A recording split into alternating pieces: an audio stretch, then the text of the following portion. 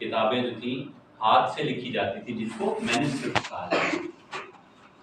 आप वहां पर बैठे हैं और अपने वक्त के आप एक वेल नोन ज्यूरिस्ट हैं, एक कानूनदान भी हैं, एक प्रोफेसर भी हैं और एक मकाम रखते हैं। तालाब के किनारे बैठे किताबें लिख रहे हैं कलम से, वो स्याही जो कि पानी के साथ बह जाती है, और उनके पास अपनी लिखी हुई किताबें और लोगों की लिखी हुई किताबों का एक पूरा ढेर पड़ा है। एक बारिश का शख्स आता है सर, कहीं से एकदम से आता है, आके उनकी किताबें उठाकर चुप के तालाब से मारता है। वो जो है, यू कैन अंडरस्टैंड कि किताबें प्रिंट नहीं हो सकती, मखतूते हैं, हैंड रिटन हैं, और सारा साल की उनकी अपनी मेहनत और क्रिएटिविटी, जहाँ से उन्होंने नॉलेज लिया, उनकी क्रिएटिविटी वो एक मिनट के अंदर, एक लम्हे के अंदर पानी की नजर हो जाती है, और वो स्याही जो है वो इधर उधर पानी में बहने लगती है। जब पानी में बहने लगती है तो इस बात से वो बहुत ज़्यादा परेशान होते हैं, और वो उस आने वाले उस बूढ़े शख्स को देखकर तो उसे कहते हैं कि ये तुमने क्या किया, तुमने मेरे साल की मेहनत को ज़ाया कर दिया।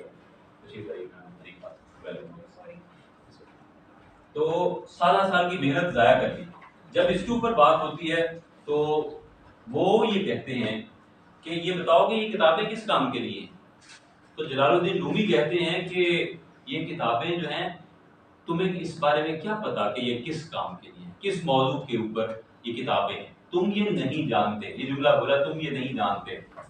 और उसके बाद जब वो किताबें तालाब में फेंक देता है वो बूढ़ा शख्स, तो जब ये बहुत ज्यादा परेशान होकर उससे सवाल करते हैं, तो वो आगे से बूढ़ा शख्स कहता है कि इनको किताबों को मैंने तालाब में फेंक दिया है, और इनको फिर वो चुप करके वहां से ऐसे हाथ डालता है, वो निकालता है बाहर, और वो झाड़ के उनमें से धूल उड़ती वापस उनको पकड़ा देता है।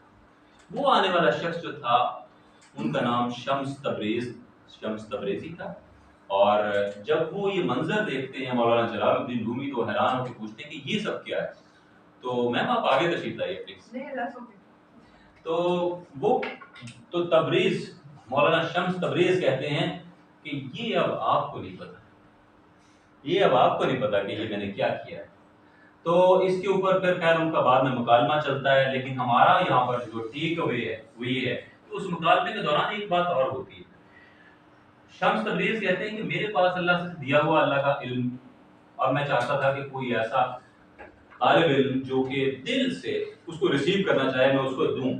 मैंने उस तालिब इल्म को ढूंढने के लिए 12 साल लगाए। आज मुझे मिला है तो तुम मेरे साथ बेरुखी कर रहे हो। और फिर उसके बाद वो उठ के चल दिए।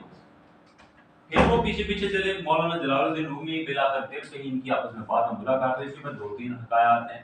12 मुलाकात हुई तो वहां पर एक जुमला जो बोला मौलाना जलालुद्दीन रूमी ने, वो जुमला है आज का टेक अवे। उन्होंने कहा when the student is ready the teacher appears.